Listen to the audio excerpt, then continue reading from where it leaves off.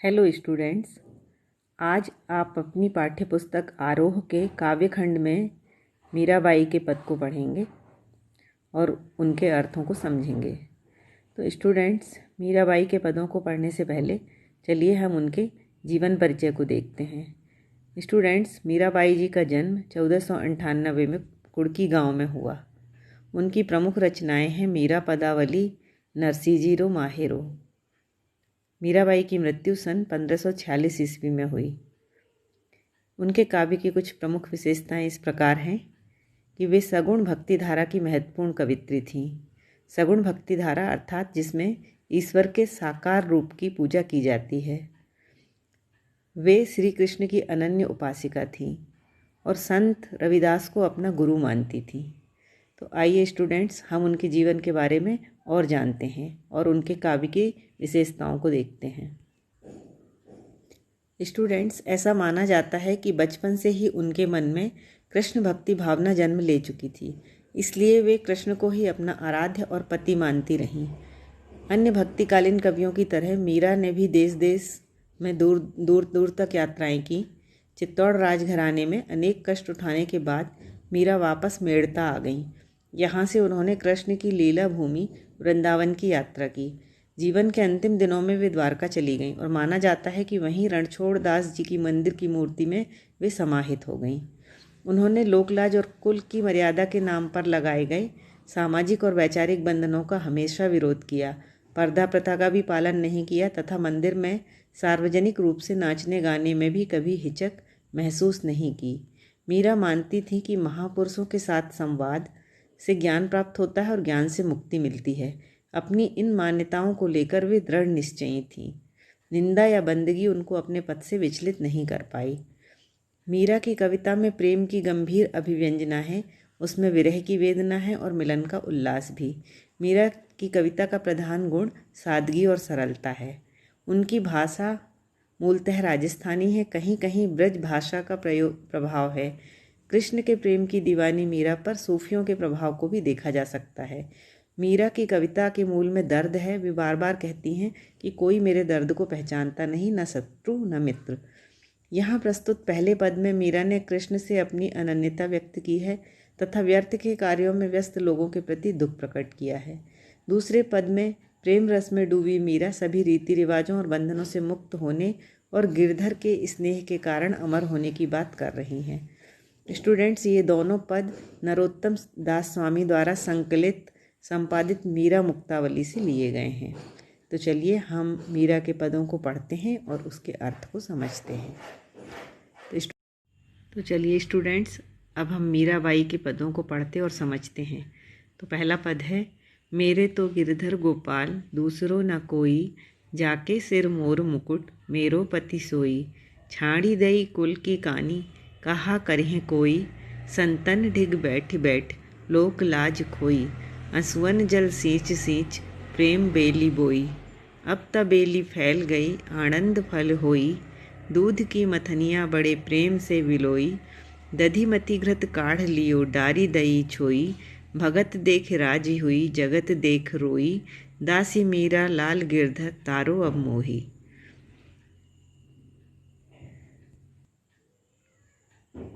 Students, Mirabai कहती हैं कि मेरे तो गिरधर गोपाल अर्थात गोवर्धन पर्वत को उठाने वाले श्री कृष्ण ही सब कुछ हैं। दूसरे से मेरा कोई संबंध नहीं है। जिसके सिर पर मोर का मुकुट है अर्थात श्री कृष्ण, वही मेरे पति हैं और उनके लिए मैंने परिवार की मर्यादा भी छोड़ दी है। अब मेरा कोई क्या कर सकता है। अर्थात वे कहती हैं कि मुझे किसी की परवाह नहीं है। मैं संतों के पास बैठकर ज्ञान प्राप्त करती हूँ और इस प्रकार लोकलाज भी खो दी है।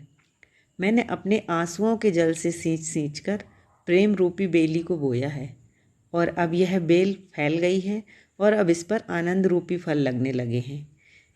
आगे वे कहती हैं कि मैंने कृष्ण के प्रेम रूपी दूध को भक्ति रूपी मथानी में बड़े प्रेम से बिलोया है।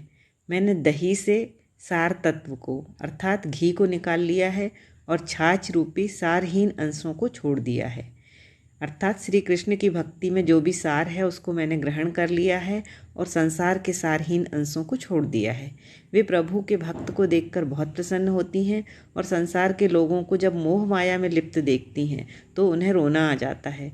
वे स्वयं को गिरधर अर्थात श्री कृष्ण की दासी बताती हैं और अपने उद्धार के लिए उनसे प्रार्थना भी करती हैं। स्टूडेंट्स, अगला पद है, पग घुंघरू बांध मीरा नाची, मैं तो मेरे नारायण सु आप ही हो गई साची। लोग कहें मीरा भई बावरी, न्यात कहें कुलनासी, विष का प्याला राणा भेजिया, पीवत मीरा हासी, मीरा के प्रभु गिरधर नागर, सहज मिले अविनाशी।